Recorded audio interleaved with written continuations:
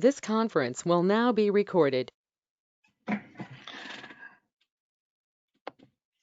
So welcome everybody. We're happy that you're here joining us for this interview info session, and we're just going to be sharing some different information about tips and tricks, and also how to actually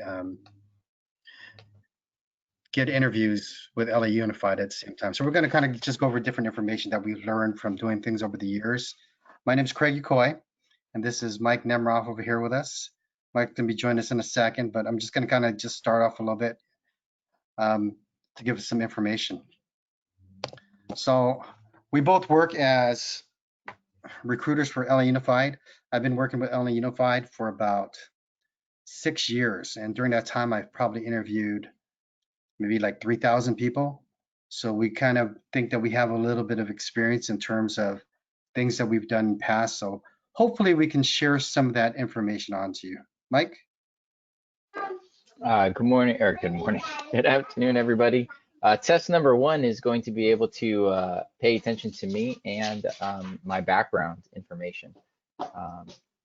Oftentimes there's a lot of background noise in my house, so excuse me for that. So test number one is, can you pay attention to me while blocking out the background noise? My name's Mike Nemiroff. This is my 16th year in LA Unified and my 3rd year working alongside Craig in certificated recruitment in LA Unified. During my time, I checked right before our interview. I have conducted 1,214 formal interviews, not including interviews that were conducted on site at possibly at a job fair or an information session. So 1,214 formal sit-down interviews. So we certainly hope that you listen to the information that we have to share. But also don't take the information we have to heart. Everything that we do is a recommendation and our own personal observations and feedback. I'm certain if you were to ask 3 recruiters from 3 separate organizations, that all 3 organizations would have different responses. So just please note that this is for your information only, and take what you wish back home and to improve your own personal skills. So just in general, we want to tell you a little bit about ourselves more. So myself, I've kind of started off as an elementary school teacher. I've held many positions within the district. I started off, working 4th and 5th grade. I became a magnet coordinator. So I had the ability to kind of just help build a program out from scratch. I had all this money, maybe it was like about $500,000, and just went to town buying things and building a program. And from that, I ended up going into a position where I worked as a science resource specialist for the district. So I did that for a few years. I went back to my school. I ran the magnet again. And then I've had other positions where I've also worked as a professional development provider for Common Core and also for Next Generation Science Centers. So I went back and I started doing that. And that was prior to coming into this job here in human resources. And through those experiences, I just want to share with you that you have so many opportunities to do different things. A lot of us, we come in starting to want to just be teachers, and then we find out that that's not enough for us, that we want to go into other positions, that we want to share our information, we want to share our craft with everybody we can. So as you go along, you'll find that there's so many different positions you can get into. So as a science person, I had this nice ability where I provided field trips to students who came to our science center sites. I went out to schools, I took animals, and I would do almost like animal informational sessions with the kids and teach them different things like that. And also had that opportunity to work with animals when we were at our sites, at our science site.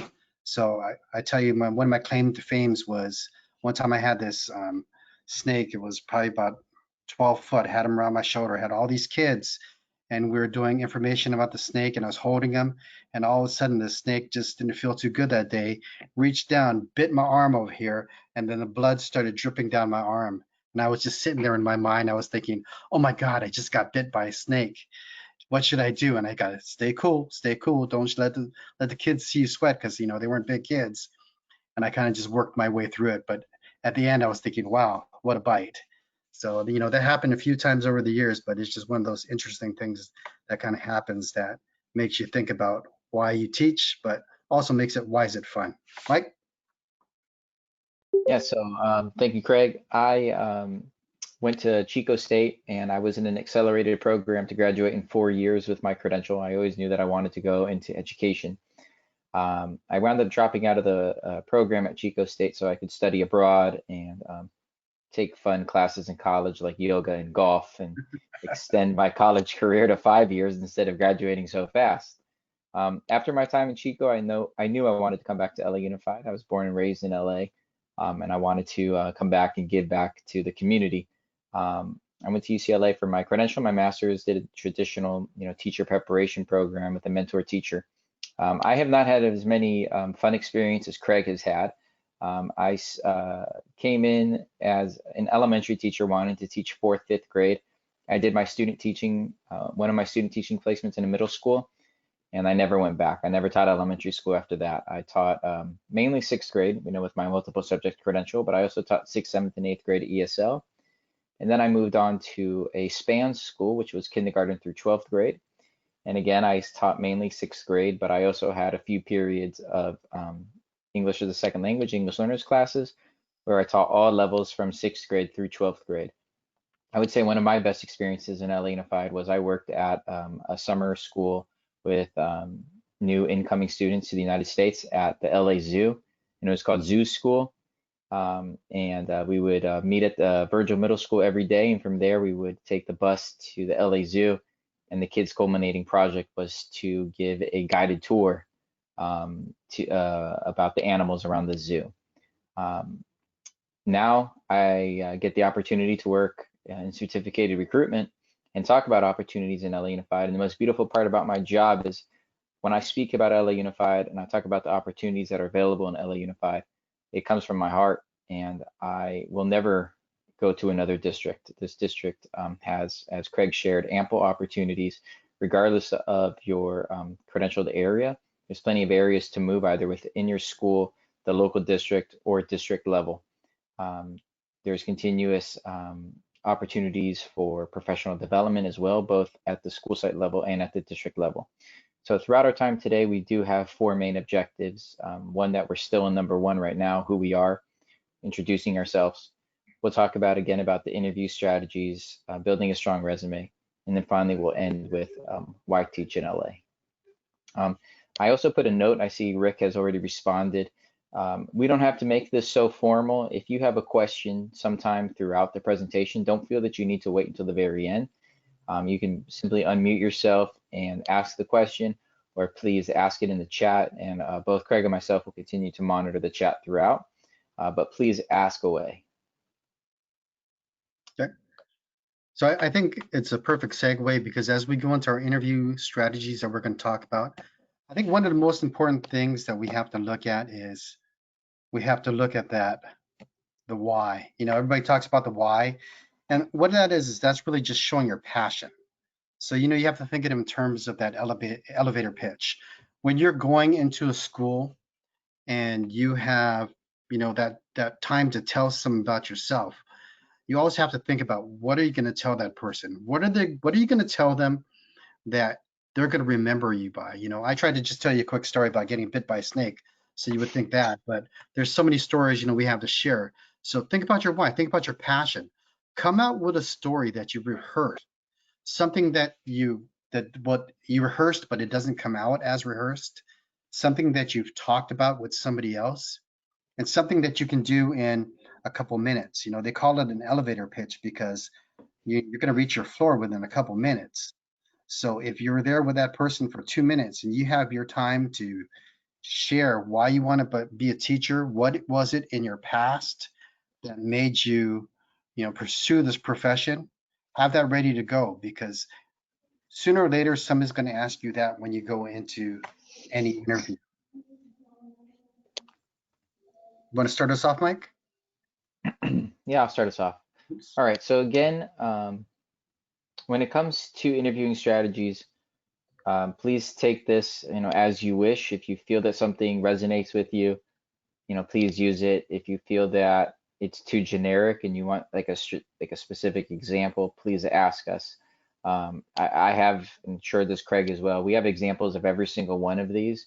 So if you see like, oh yeah, I could have found that, you know, on Google, or I could have done a basic research and found that. I mean, of course, I mean, nothing that we're sharing is, you know, life changing, but you have us to, you know, bounce ideas off of and also solidify ideas, or perhaps, be you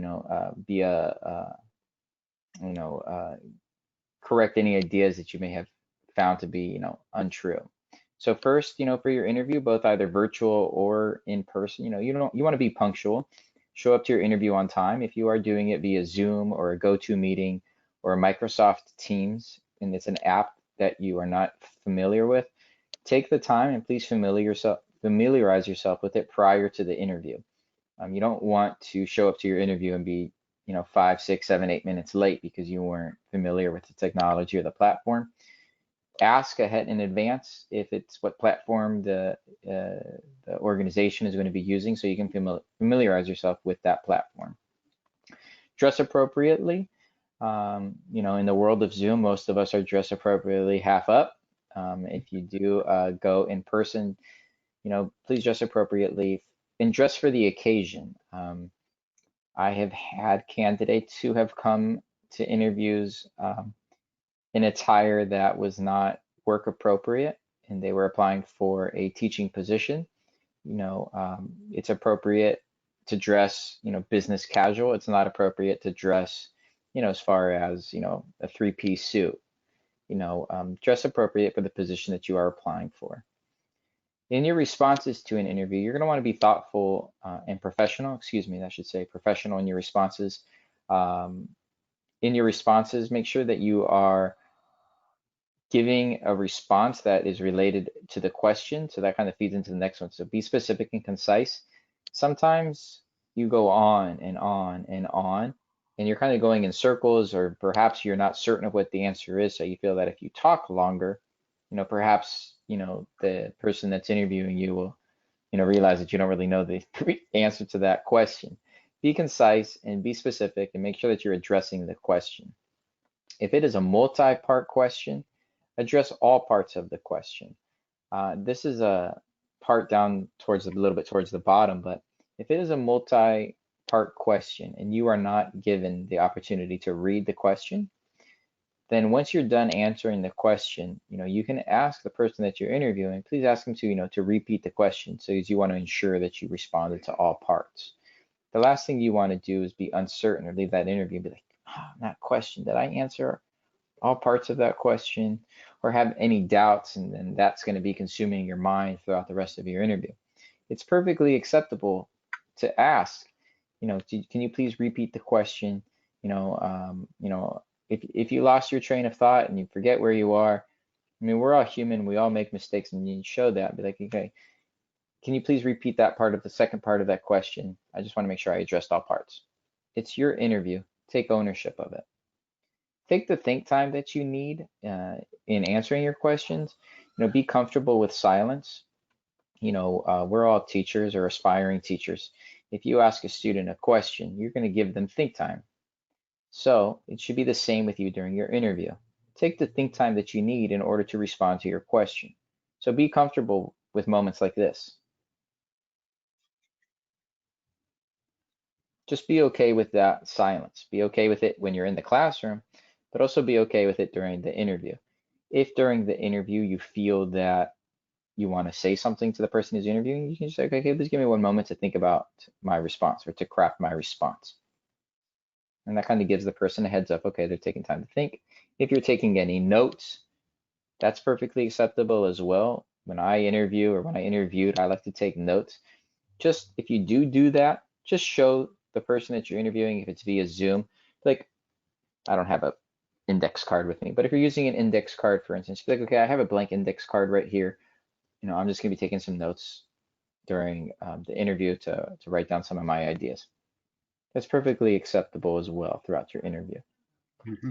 And finally, before I give it over to Craig to continue with the interview strategies, with your responses, you're going to be honest and be able to back up your responses with evidence. Don't throw out key words that you do not know or cannot elaborate on.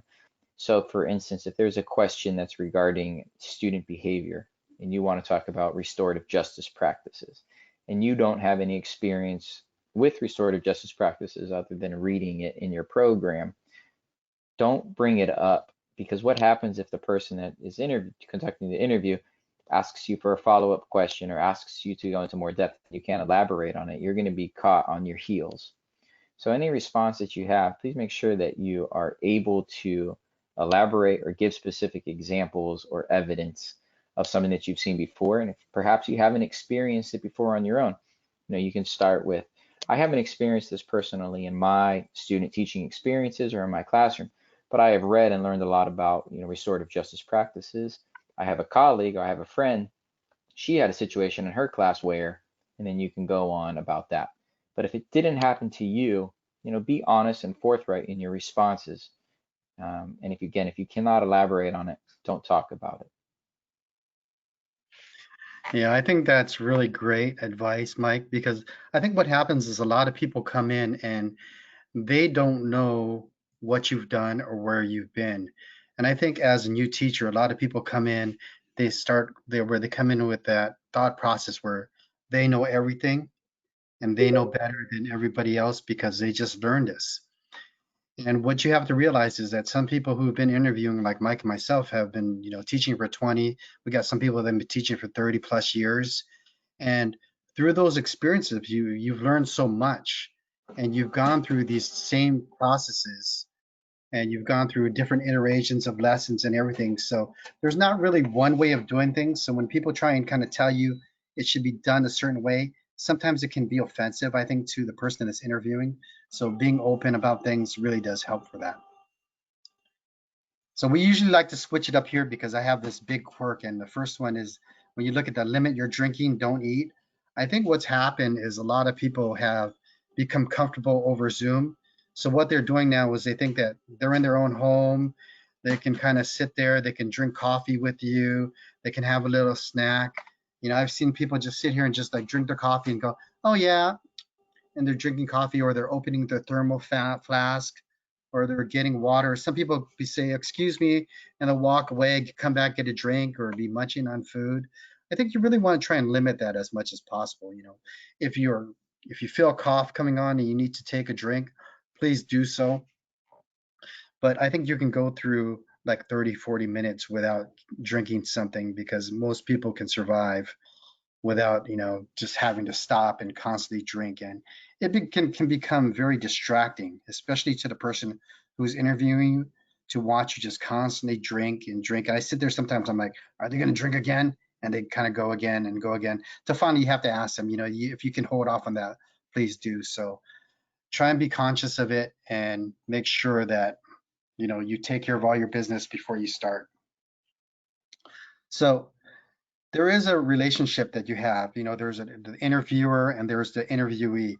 I think sometimes people take it too casual. And what happens is they're going to come in, they're going to start doing, hey, dude, how's it going? Or, yo, man, I was thinking, or so they start going in that way, or they start thinking of you more casual.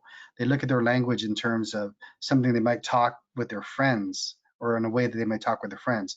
Make sure you try and keep it professional at all times. It just makes it easier.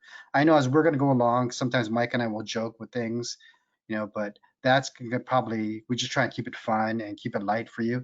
You don't want to do that during the interview. You can do it a little bit, but I think there's that part where you come in, you kind of set rapport, you get to know each other, you might joke a little bit, but once you get into it, you want to make sure that you're using that, you know, business language as you're talking to other people, because I think that will help the most.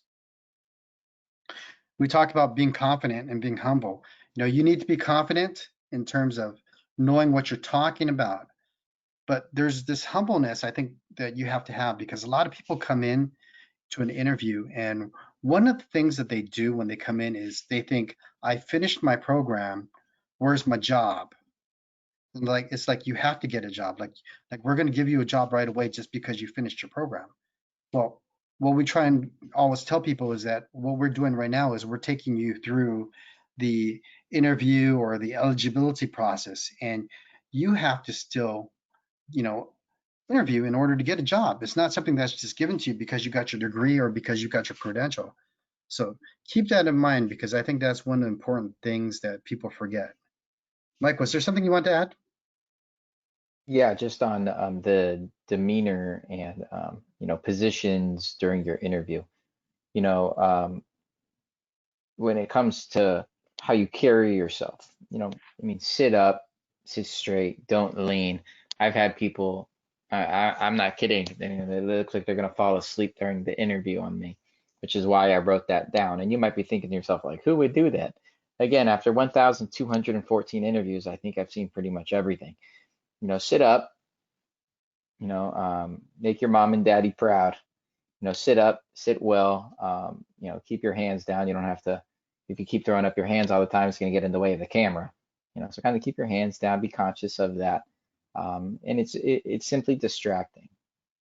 All right. Of course, like I told you when we started, the background noise in my house.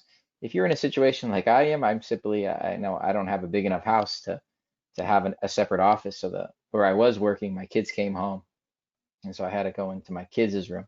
If you are in that situation and it's like, well, I'm sitting behind, I don't know if you can see the Elmo sheets behind me, the Sesame Street seat sheets, but if you are in that situation, just explain, be like, hey, you know what, I'm in a difficult situation working from home. I'm going to be happening to be doing this interview, go to meeting, Zoom interview. I'm going to be doing it from my kids' bedroom. So please excuse, the crib and the Sesame Street.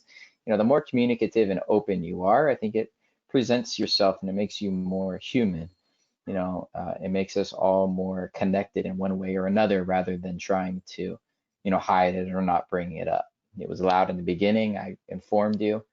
Come in my kids' room. I'm letting you know. Again, it makes us all more comfortable in humanizing the relationship. That's all, Craig. Okay. I think part of that, what always gets me, Mike, is when people are on camera, sometimes their camera is like this, or it's like on part of their face, or they're really far back, or you only can see their eyes. So keep in mind what you're doing so that we can see you. We're not going to stare at you the whole time. We're not trying to look for all the flaws in you, but we just like to be able to make that personal connection. So we try and stay on camera while we're doing this. So, ask questions to be informed and make right decisions. So if there anything that you're unsure of, ask. We're here to help you. That's part of our process. Everybody's here to help you. Nobody wants you to ask or answer questions in the wrong way. So anytime you get confused, anytime you're unsure, stop and ask the person. They're here. They're there and they're willing to help you.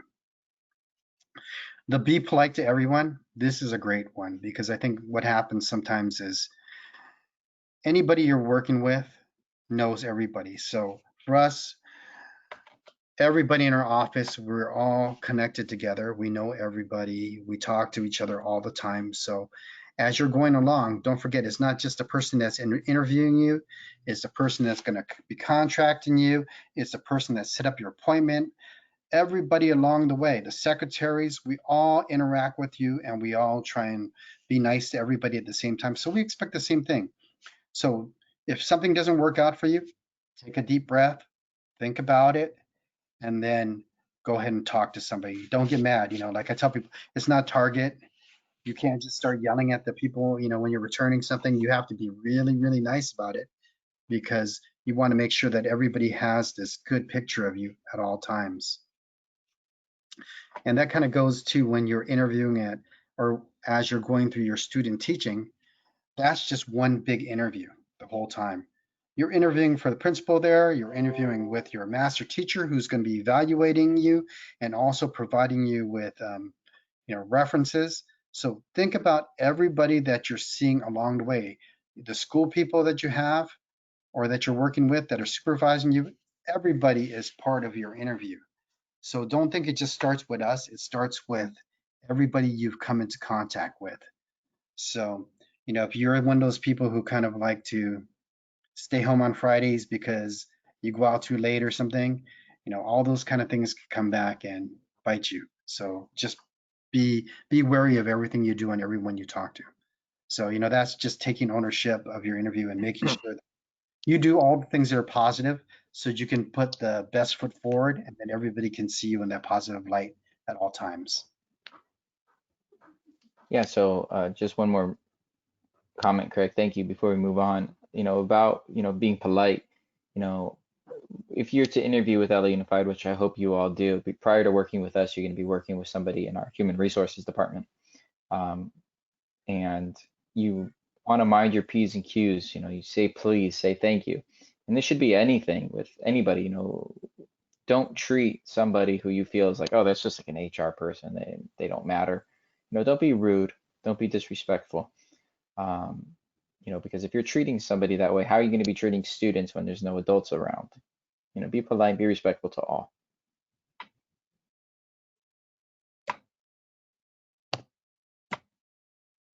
Prior to moving on to resume, are there any questions about interviewing strategies? And just like your students, there are no dumb questions or ridiculous questions, just the one that's not asked. So please, please, please ask.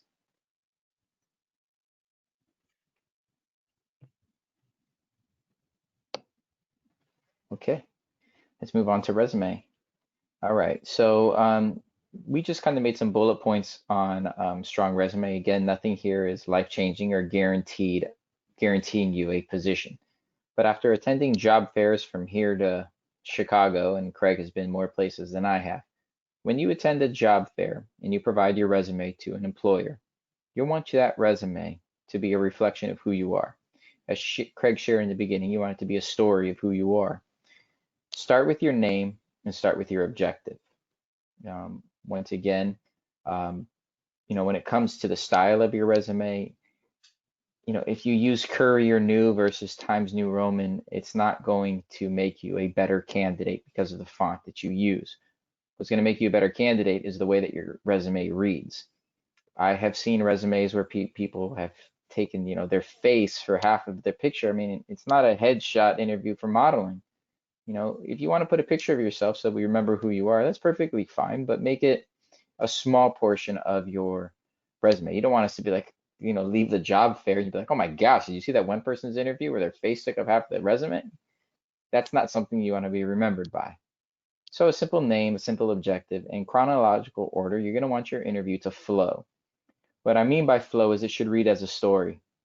I should be able to know, or Craig should be able to know, or any future employer should be able to know who you are, where you've been, and what you have done by looking down your resume. It gets extremely confusing when your resume is jumping all over the place. If you want to, you have, when you create your resume, you have the opportunity to decide how you want it to read. And I've done, and so has Craig, we have participated in resume building activities at Fullerton, and they've been extremely fruitful. And I remember when we attended, I believe it was last year, there was one candidate that I really liked, that I really liked their resume. And instead of having all of their work history under the same heading of work history, that candidate broke it up between work history that was related to education and then other work history. And that made it read easy well because you're able to see, okay, what was their work history? And it was like student teaching, and then their education, and then where they had done their work in previous years for what schools they've been to as a TA. If you also had a job at Yogurtland, at Starbucks and Vons, and you worked as an Amazon fulfillment center, that fits extremely well in other employment. And you also do that in chronological order. But if you feel for your own personal life story, if you feel that that doesn't work for you and you want it to be in chronological order and you want to combine your education along with your non-education related work experience, that's perfectly fine. There's no one right way to make it guarantee that you're going to get a job at XYZ school or at ABC school district. Actually, maybe ABC isn't a good example because that is a school district at any XYZ school or XYZ school district. In the terminology that you use, you want to use strong, specific language to highlight your achievements in that role or what you have done there. You're going to want to highlight two areas, and this will be the last thing before Craig takes over. Highlight what you did. How did the company, the students, the school, how did they benefit from your time there? So if you're talking about your student teaching, you can highlight your time in learning about the importance of restorative justice and how that benefited your students. You can talk about the importance of a lesson planning and being able to come up with assessments based on the objectives and the lessons and the standards that you had created. Don't do it in a paragraph format. I find that bullet points are easier to read, bullet points are easier to highlight your different achievements throughout your time in that position. Once again, if you find a resume that you connect with and it's written in paragraph format, please don't go home and say, well, Mike and Craig said I can't write in paragraph format. Please don't sit. I am not saying that. I'm going just based off of my experience of reviewing resumes. When it reads in bullet points, when it reads in chronological order, and you highlight each one of your different achievements, it's easier to read in that format versus paragraph format. Yeah. I agree with that in terms of as you're looking at that flow. I personally like the flow of current to past, and it just makes it easy so you know what you're doing right now. But people do it both ways. That's just my preference. And like Mike said, I think one of the things that you do when you look at the references, everybody tries to makes their resume try and stand out. Sorry about that. And you try and make it like fancy with all this different font and pictures and everything. But in the end, we really just look at the information that's on the resume itself, how nice it is, what colors you used, what fonts you use. We kind of look at it and go, oh, that's nice. And then we kind of move on from there. And we look at what is the content, because the content is the most specific part of there. So I do like bullet points as well. And when you're putting about what you learned from your employer or what you learned while you were in that position, I think what you have to remember is that you don't have to, like, what do you say, gussy it up. You don't have to make it like sound better than it is. If you took out the trash at home, you took out the trash. You don't have to say, oh, I was the refuge engineer for my house or anything. You just keep it plain, because we've all been there. We've all done it. We've done multiple things over the years. And when we're reading it and we see you try and like make it better than it is, those are the people who we kind of want to ask questions about, to see why are they kind of putting these things in a way that makes it so incomprehensible, or why are they trying to make something better than what it was. So try and keep it simple as much as possible. You don't have to make it elaborate. And that would also be with your evidence. So any evidence that you have that supports what you've done is always best to be included in those bullet points, because it just makes it real easy for anybody to read and to get the gist of it by looking at it really fast. When you make it too long, nobody really wants to, or you lose people's interest. So that's why, you have that kind of unwritten rule about one page. So as you're going through, if you can keep it on one page, keep it on one page. If you got to go to a second page because you did a lot of stuff, go ahead and do that. Don't feel like you want to totally limit yourself. But after a second page, most people will probably just kind of not really look at it good, unless you're going for a position like where you're going to be an administrator, and you really want to have all of your experiences and every little thing that you've done. So for the most part, keep it to one page, especially if you're a new teacher, because we want to be able to just run through those things and see your information really quickly.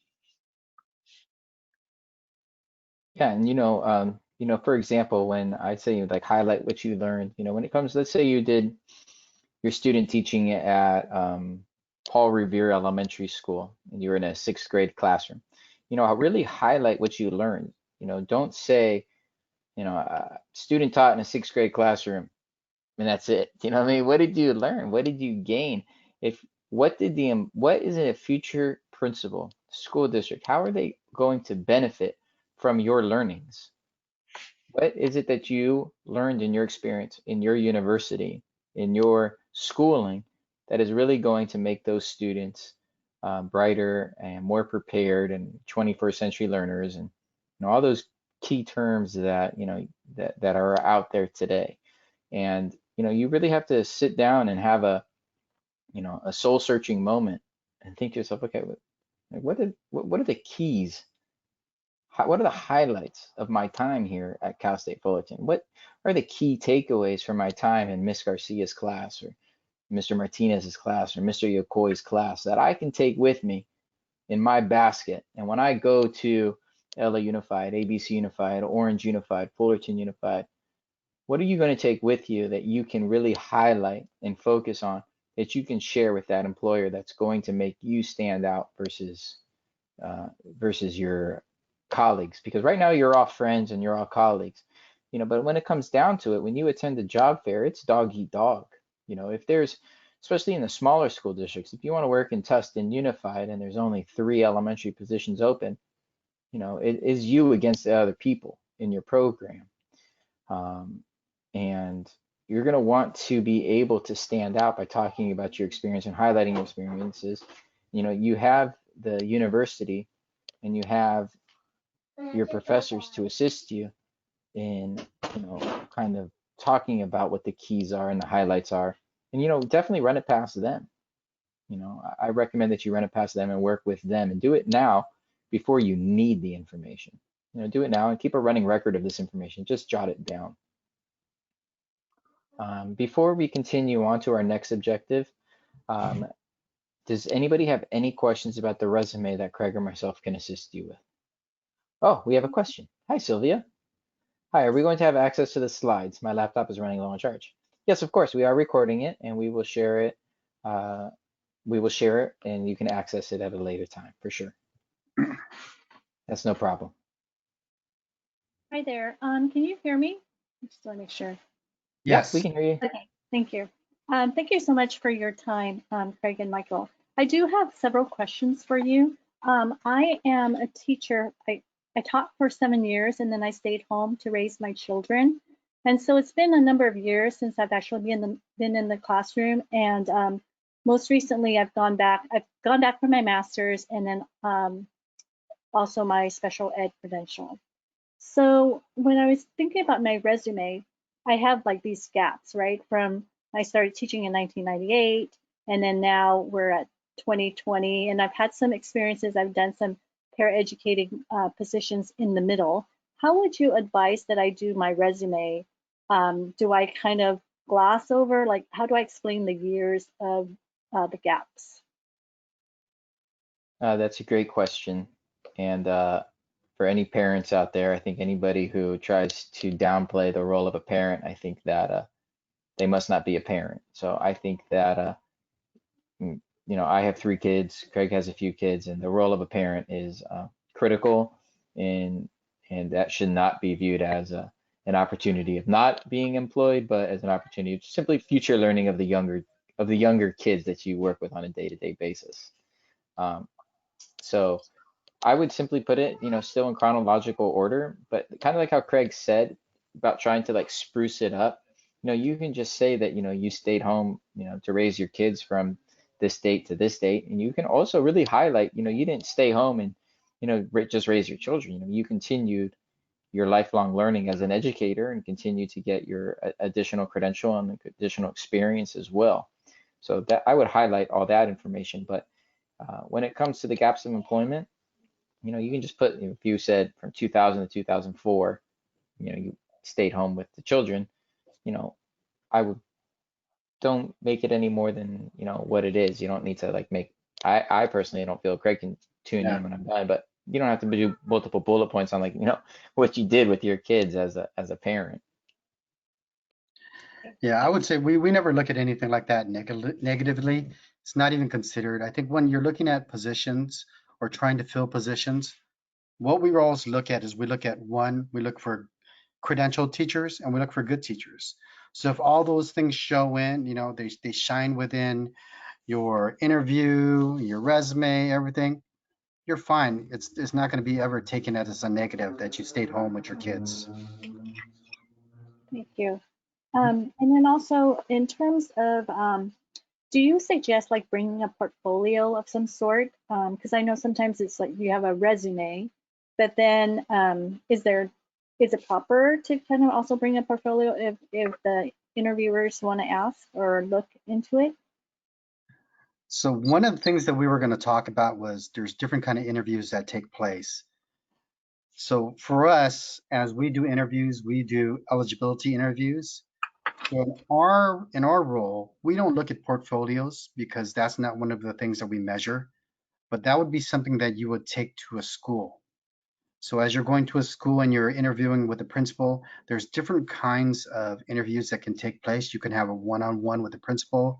You could have teachers interview you and the principal. You can have a panel where you have somebody from the community. you have counselors, you have teachers, you have principal. They could be other ones where they're having you do lessons.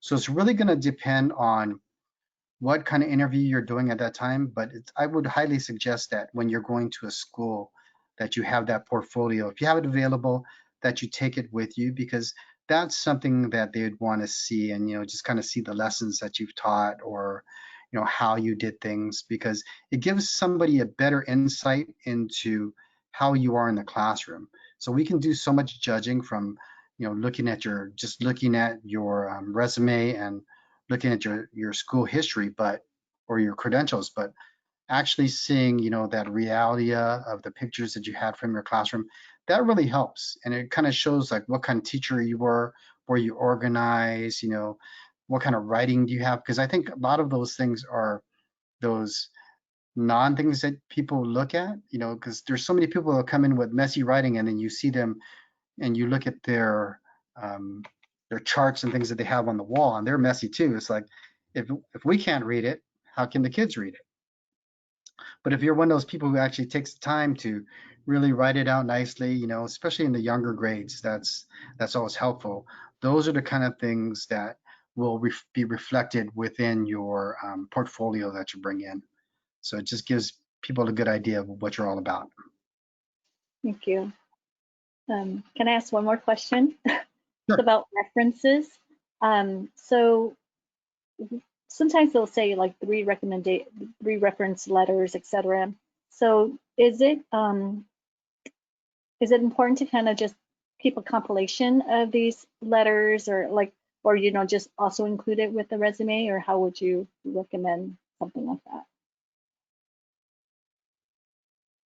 So for us, when we're looking at references, we do what we call confidential references. No. So we actually don't accept letters on our side, but those kind of letters that you're talking about would be things that you would share again at the school level, so that they can kind of get an idea of what kind of teacher you are.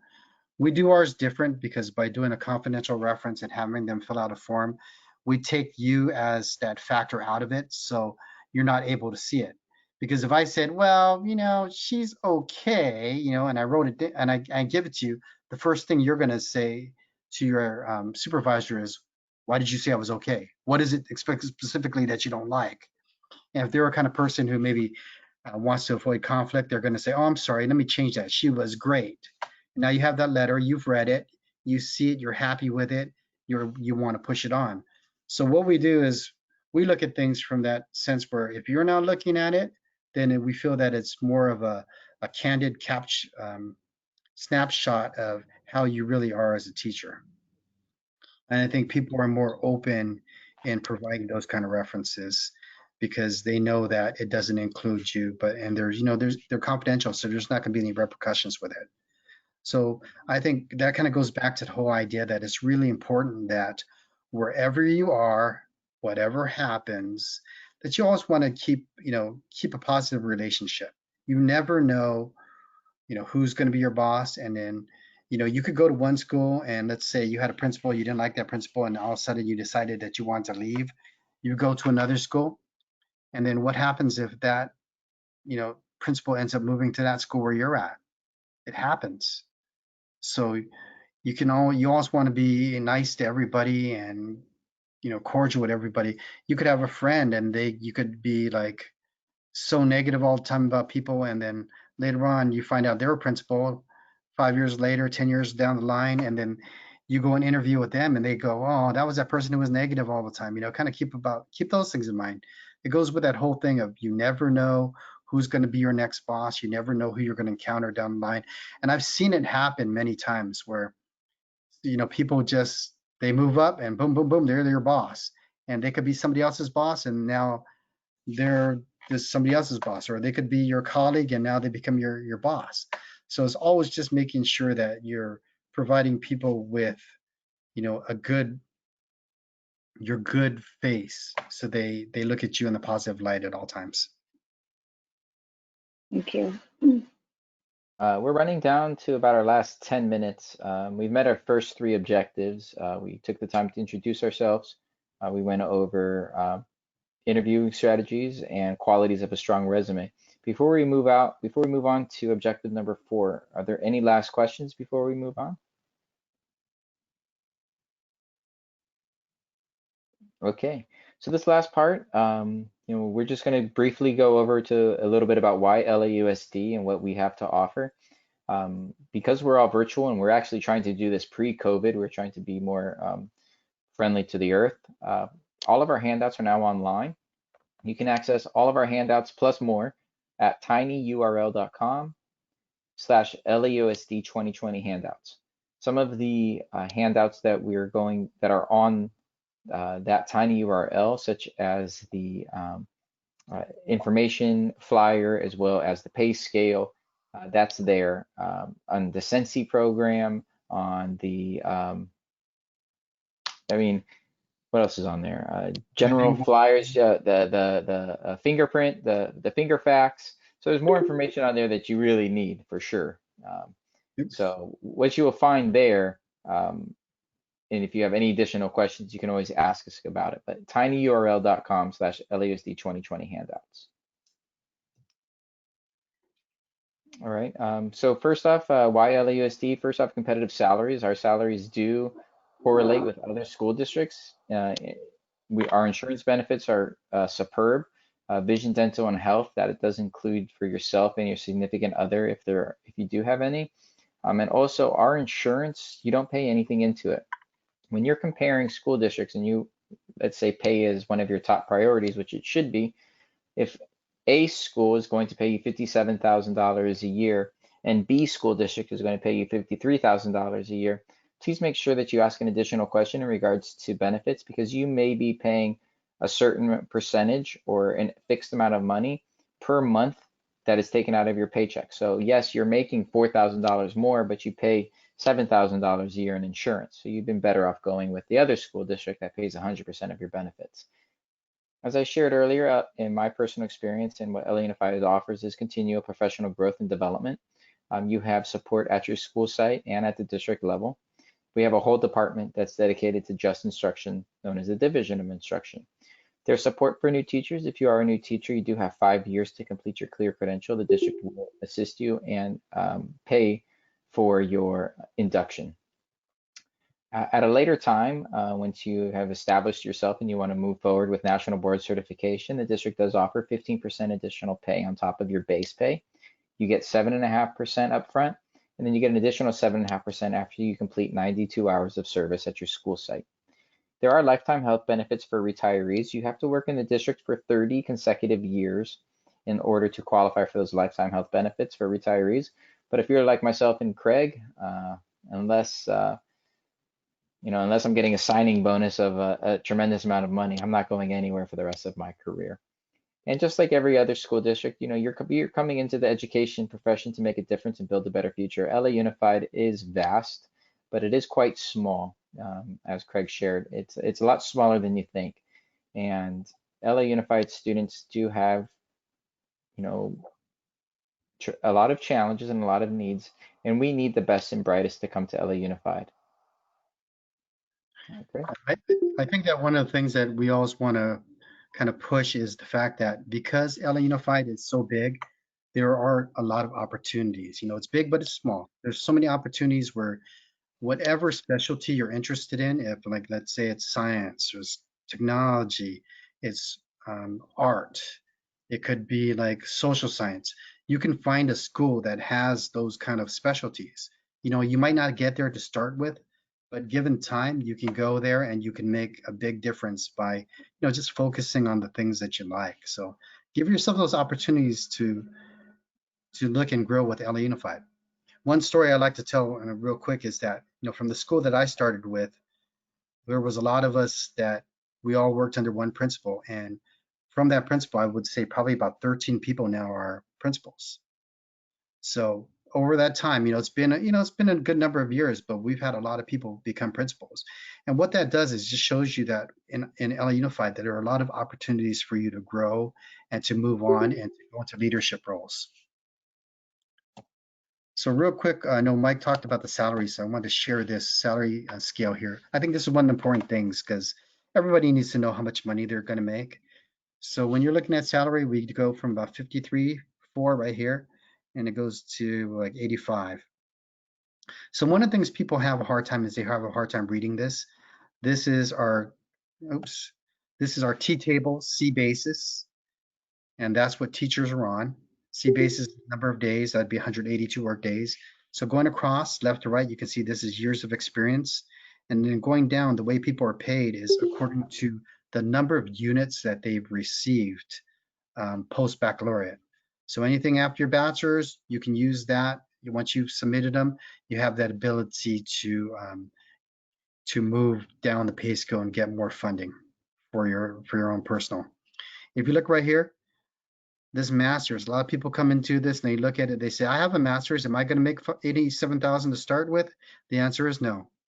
You get an extra $584 a year for master's. If you have a doctorate, you get 1,168, and that would be added on to whatever or wherever you would end up on this scale.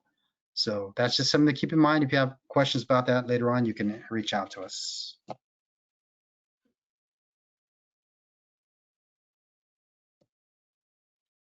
All right. So how to apply? You don't want to go to teachinla.com. You're going to create a username and password, and you will have an account, and you'll have a platform to upload all of your documents.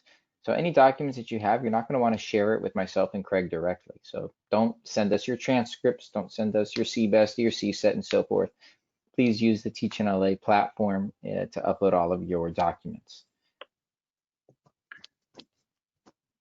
So we'll just go quick through our commercial here.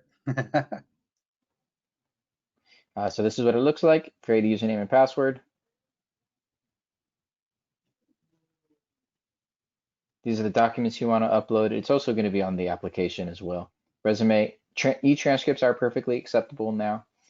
CBEST, CSET, and a copy of your credential if you have one already. If you don't, then don't feel that you should wait to begin your application. You can at least get all the other documents uploaded in the meantime. Yeah. And we tell everybody that they should apply early. So if you figure if you're an April finisher, at least 2 months before that. If you're December, you should be doing it now. So don't wait until you have your actual credential in hand. Apply early. We can offer you eligibility based on your impending credential.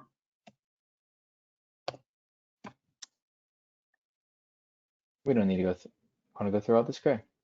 We'll just talk about it real quick. So we ask you for references for the past 3 years, work, volunteer, internships. You would add that into the reference section of your application. We have you do a virtual lesson for us. So this is something we would go into more, but it's basically right now you would record yourself teaching a lesson no more than 12 minutes in length, and it should be, standards based. So that's something we would tell you more about. Interview, we went over all that information, pretty much the same ideas that we talked about. Just be ready, be professional. And then finally, we have you do a writing prompt if you are interested in working for LA Unified. And it's something that you would get to do at home. It's 1,200 characters, so it'd be short answer, and it's just something they're classroom-based scenarios that we ask you to go through. Our interview questions that we do with you will also be the same thing, where we're going to ask you to do interview questions, and we're going to be typing your responses, but they're all classroom-based scenarios. So it's based on experience that you had working with your student teachers or your master teachers. All right. So that's pretty much it. Can I ask a question about the virtual lesson? Do you guys recommend, so for something like this, do you want the teacher to kind of pretend like she's in the classroom and talking to the audience as students, or is it she's running down the lesson plan and this is what, because for 12 minutes, I mean, it's pretty quick. Is it just like, this is the goals, this is what I'm hoping to achieve, that kind of stuff? Or is it like a piece of the lesson itself? I think that in a virtual, setting, teach it as though, don't make it up. So don't say, all right, I'm going to give you 2 minutes to turn and talk to a partner, and be like, oh, what are you two talking about over here? Oh, Craig, I really like what you have to say to your partner, because then it just makes it awkward. You know, you can do a 12-minute lesson. If you're going to do a mini lesson, for instance, you know, you can do it, you know, just teaching. You know, you don't have to have, you know, big discussions throughout. In regards to technology, you know, you can either do it where like you have a, you know, a whiteboard behind you, you know, or a sheet of paper or a white wall or whatnot. Or if you want to do it where you have like a projector, if you have access to one, like in your classroom, you can use that. Or if you want to do it more like a PowerPoint presentation and you have yourself in the upper corner, you can do it that way as well. So there's a lot more, I think, flexibility than we've offered before in the past. Yeah, I think when you're looking at that, the one thing you want to do is just keep in mind that I think Mike talks about all the different opportunities, but what I like to share with people is, because we're working in a virtual environment right now, you might want to look at, you know, doing it as virtual as possible, because it's easier for kids to see you writing on your screen than it is to kind of see you writing back here for right now. And I think what happens is people don't look at the perspective when they're turning in lessons, so they don't put themselves in the position of the kid and how are things turning out. You know, one of the first things I do whenever I get like try out a camera or try out a new computer is I go onto another computer, I test the two together, so I see how I'm going to be presenting myself to anybody else who's on camera or watching me. That way I get a good idea of what it's going to sound like and what it's going to look like. Because you can buy, you know, cheap stuff, sometimes it doesn't work well. So just make sure you're looking at both perspectives. Thank you. All right. Well, so I guess go ahead, Mike. I was just going to say thank you so much for your time. Yeah. Thank you for attending. We hope that you found the information to be fruitful. Craig and I will send you a follow-up email with our contact information. And we hope that if you have even an inkling of interest in LA Unified, that you give us the consideration and time and interview with LA Unified so we can share with you in more depth opportunities that await future candidates in our district. Agreed. Our information is here, so if you have any questions, just reach out to us and we'll be happy to answer it and get back to you as soon as possible. Thanks a lot, everybody.